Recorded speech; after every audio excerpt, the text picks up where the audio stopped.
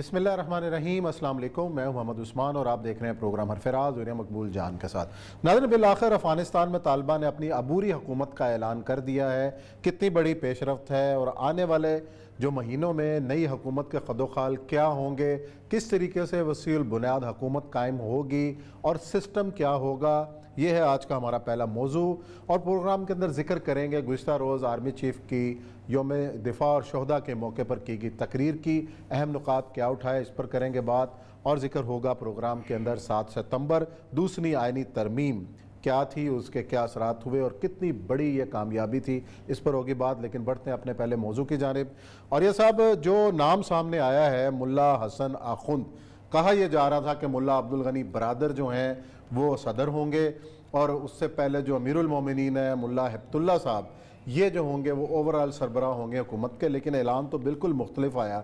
اور اس کے اندر باقی جتنے بھی فریقین ہیں، مثلا جو حکومت سازی میں ہمیں نمایاں نظر آ رہے تھے، عبداللہ صاحب تھے، یا وہ گل بدین حکمت یار، اور اس سے حامد کرزئی صاحب، ان کا سٹیٹس کیا ہوگا، یہ ساری چیزیں بھی جواب طلب ہیں۔ اور یہ کتنے عرصے کے لیے یہ عبوری حکومت قائم ہوگی؟ یہ سب سے اہم سوال ہے، لیکن 3-4 چیزیں ذرا سے میں کھل کے بتا دوں کہ ایک تو 1994 میں جو طالبان نے شروع کی تھی، اور جو اس میں اصل حکومت جو مکمل طور پہ جس کو عالمی لیول پہ سمجھ لیں تو 1996 کی حکومت تھی، 1996 میں ملا محمد عمر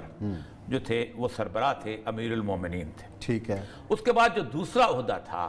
جس کو جو آج بھی وہی ہے،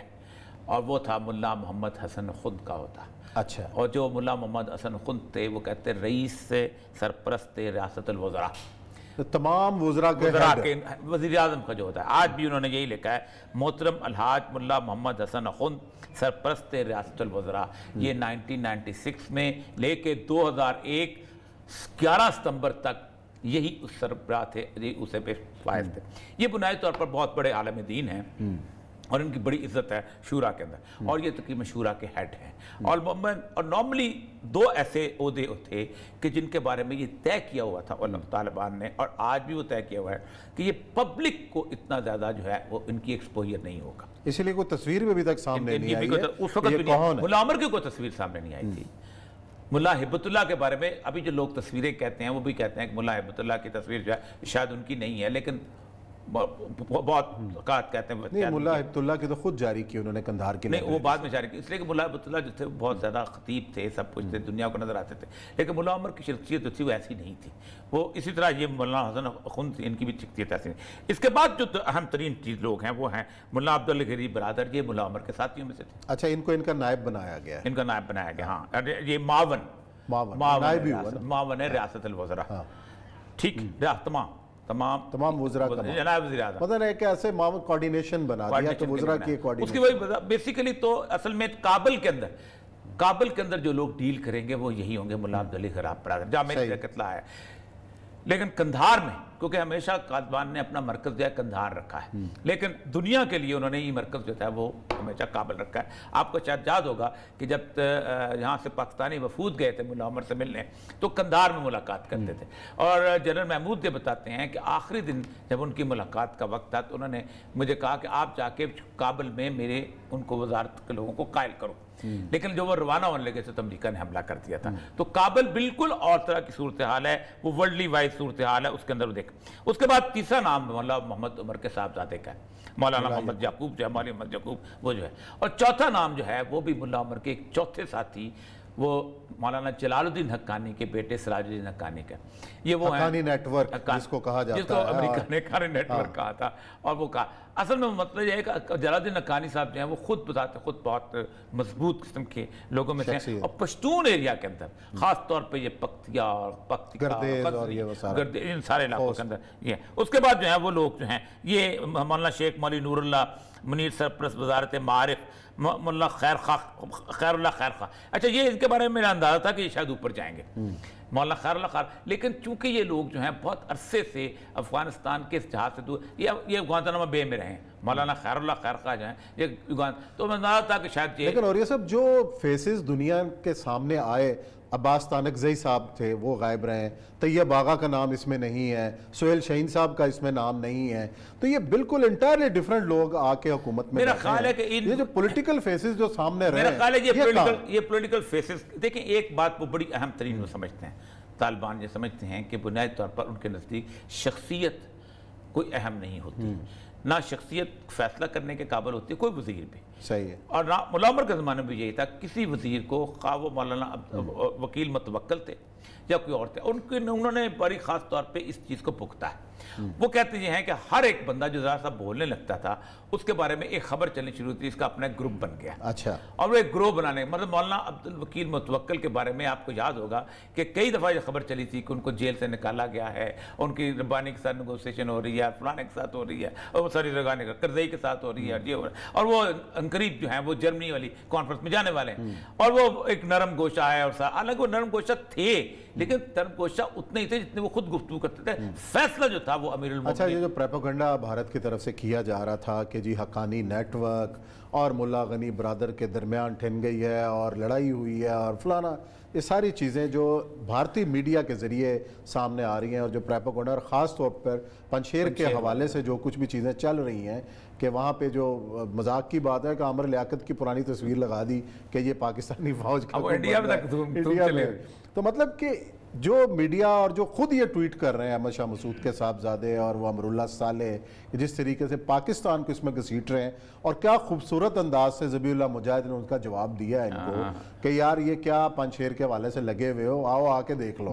تو مطلب کہ کس طریقے سے دیکھیں وہ سارے یہ کہتے ہیں، طالبان نے سب سے کہا ہے کہیں دور نہ جانے کی ضرورت نہیں، یہ 5 بڑی انٹریز پوائنٹ ہیں، ان 5 انٹریز پوائنٹ کے اور صبح اپنے کیمرے لگا دو اور دیکھ لو کہ وہاں آمد و رفت جاری ہے کہ نہیں، وہاں تجارت ہو رہی ہے کہ نہیں، لوگ آ رہے ہیں کہ نہیں جا رہے ہیں۔ ایک پاکستان کے 2 تو پاکستان کے پوائنٹ ہیں، یہاں آپ صافی چلے جائیں اور دیکھ لیں۔ اس کے ساتھ ساتھ وہ کہتے ہیں پنشیر کو اتنی دور کی بات ہی نہیں، یہ نظر، اور میں آپ کو بتاؤں سلطان صاحب 3 چیزیں ہم نے یہاں پر بیٹھ کے کہیں تھی۔ ایک تو ہم نے کہا تھا کہ طالبان کی اگر کوئی حکومت ہوگی بھی تو بنیادی طور پر 3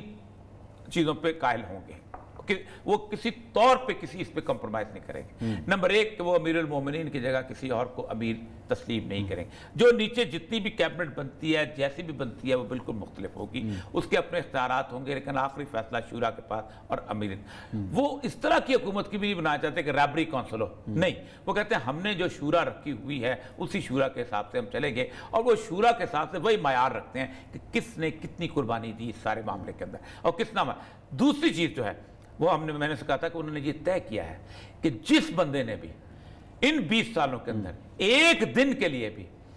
کسی بھی ایسی حکومت کے اندر شمولیت اختیار کی جو امریکہ کی بنائی ہوئی ہو تو اس کے بھائی کو رکھ سکتے ہیں، اس کے باپ کو رکھ سکتے ہیں، اس کے بھتیجے کو رکھ سکتے ہیں، اس کے بھانجے کو رکھ سکتے ہیں، یہ نہیں ہو سکتا۔ لیکن اطلاع یہی ہے کہ جو گلبدین حکمت یار صاحب، حامد کرزئی صاحب اور عبداللہ ان کو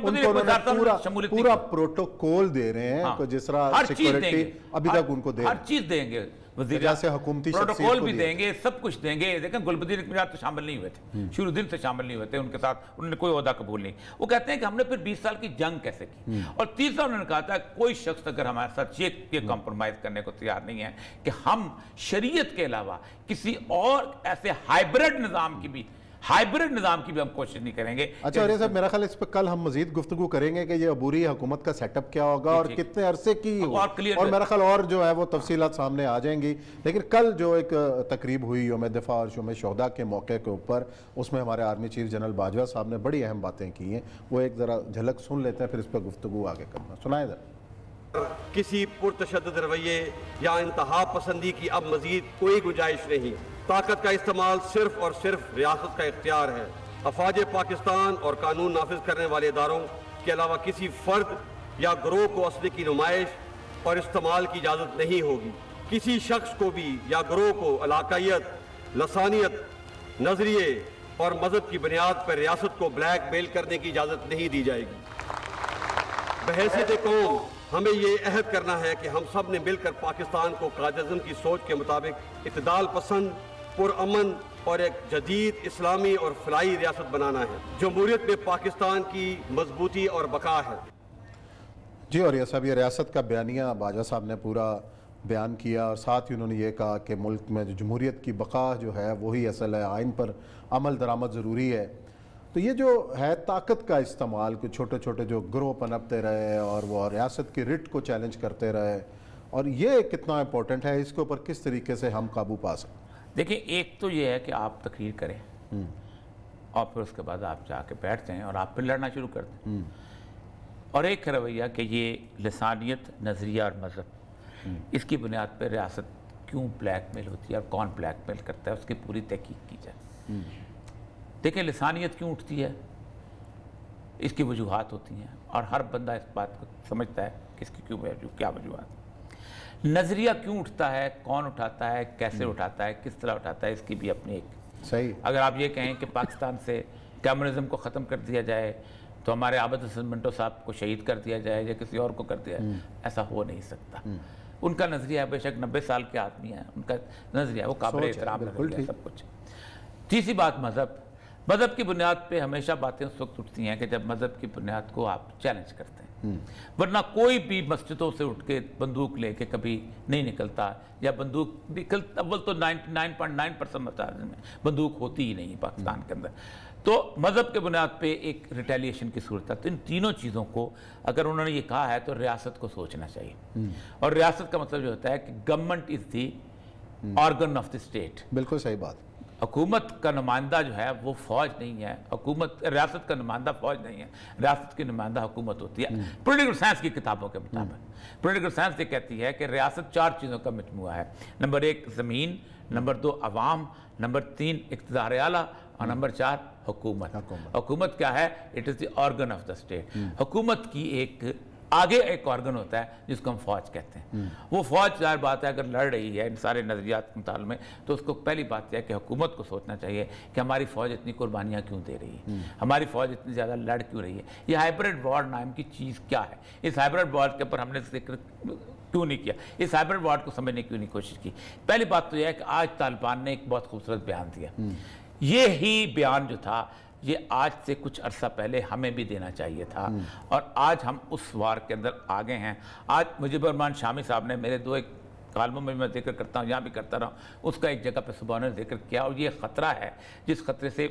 آرمی چیف صاحب کو بھی نمٹنا چاہیے اور ہمیں بھی نمٹنا چاہیے، ہر ایک کو نمٹنا چاہیے۔ طالبان نے یہ کہا ہے کہ ہمارے اوپر اب حملہ فیمنزم کے نام سے ہوگا، اور ہمارے اوپر حملہ ہو چکا ہے۔ آج آپ پاکستان میں کھل کے سید الانبیاء صلی اللہ علیہ وآلہ وسلم کی وہ احادیث جو حیا کے بارے میں ہوں، جو شرم کے بارے میں ہوں، جو حجاب کے بارے میں ہوں، جو پردے کے بارے میں ہوں، آپ بیان نہیں کر سکتے۔ 4 لوگ اٹھیں گے، کوئی ایک ٹی وی سے اٹھے گا، کوئی اس ٹی وی سے اٹھے گا، کوئی اس اخبار میں اٹھے گا، کوئی اخبار میں، آپ کو پل پڑیں گے ایسے کہ آپ کی پوٹیاں نوچ لیں۔ آرمی چیف صاحب کو یہ سوچنا چاہیے کہ جب یہ کیفیت آتی ہے کہ جب 22 کروڑ عوام جو رسول اللہ صلی اللہ علیہ وسلم کی اس حدیث کے مطابق عمل کر رہے ہوں، اکثریت ان کی، اور چند ایک لوگ جو ہیں وہ میڈیا پہ چھا جائیں، تو اس کا مطلب ہے کہ نظریے کی مخالفت کون کر رہا ہے اور اس آگ کو ہوا کون دے رہا ہے۔ یہ وہ کیفیت ہے جس سے ہمیشہ بلبلے اٹھتے ہیں۔ میں نے بڑی تفصیل سے عثمان صاحب ذکر کیا ہے کہ ایک شخص ہے، اس کا نام ہے ول ڈورانٹ، بریک کا کہہ رہے ہیں لیکن 2 منٹ میں ہے۔ ول ڈورانٹ کہتا ہے کہ اخلاق اور حیا ایسی چیز ہے جو کسی معاشرے کی اصل ہوتی ہے۔ جب اس معاشرے کی اس اصل کے خلاف زبردستی کوئی چیز لاگو کرنے کی کوشش کی جاتی ہے تو لٹ مار گروہ پیدا ہوتے ہیں، اور وہ کہتا یہ ہے کہ ایسا ہوا تھا سیزر کے زمانے میں، تو عیسائیت آئی تھی اور حالت یہ تھی کہ انہوں نے مائیکل لینجلو کی پینٹنگ جو تھی نا اس کے اوپر برش پھیر دیا تھا۔ الزبتھ اول کے زمانے میں جنسیت پرستی آئی تھی تو پھر پیورٹنز آئے تھے۔ اس طرح وہ کہتا ہے فرینچ ریولوشن جب آیا تھا تو عورتیں اٹھی تھی، لیکن بعد میں پیدرسری نظام میں نپولین سامنے آ گیا۔ تو آپ سوچ لیں یہ چھوٹا سا وقفہ ہے، دنیا میں جہاں کہیں کوئی نظریہ ہوتا ہے دیکھا جاتا ہے کہ وہاں خرابی کہاں ہے، اس کو حل کرنے کی کوشش کی۔ دنیا میں یورپ نے کمیونزم کا مقابلہ پتہ ہے کیسے کیا تھا؟ مزدوروں کی پیز بڑھا کے، مزدوروں کو زیادہ مراد دے کے، مزدوروں کی چھٹیاں بڑھا کے۔ مذہب جب ایک طاقت بن کے اٹھنے کی کوشش کرتا ہے تو کیا کیا جاتا ہے کہ آپ مذہب کو پہ زیادہ عمل پیرا ہو کے اس کو ختم کرتے ہیں، آپ وہ شکل صورت بناتے ہیں۔ بالکل صحیح بات ہے۔ چلیں جی، بریک کا وقت ہے، بریک لیتے ہیں اور بریک کے بعد آئیں گے اور ذکر کریں گے پنجاب حکومت کا آخر مسئلہ ہے کہاں، خرابی کہاں ہے کہ پے در پہ چیف سیکرٹری بھی تبدیل ہو رہے ہیں اور آئی جی صاحبان کے درمیان بھی میوزیکل چیئر کا سلسلہ جاری ہے۔ بات کریں گے بریک کے بعد۔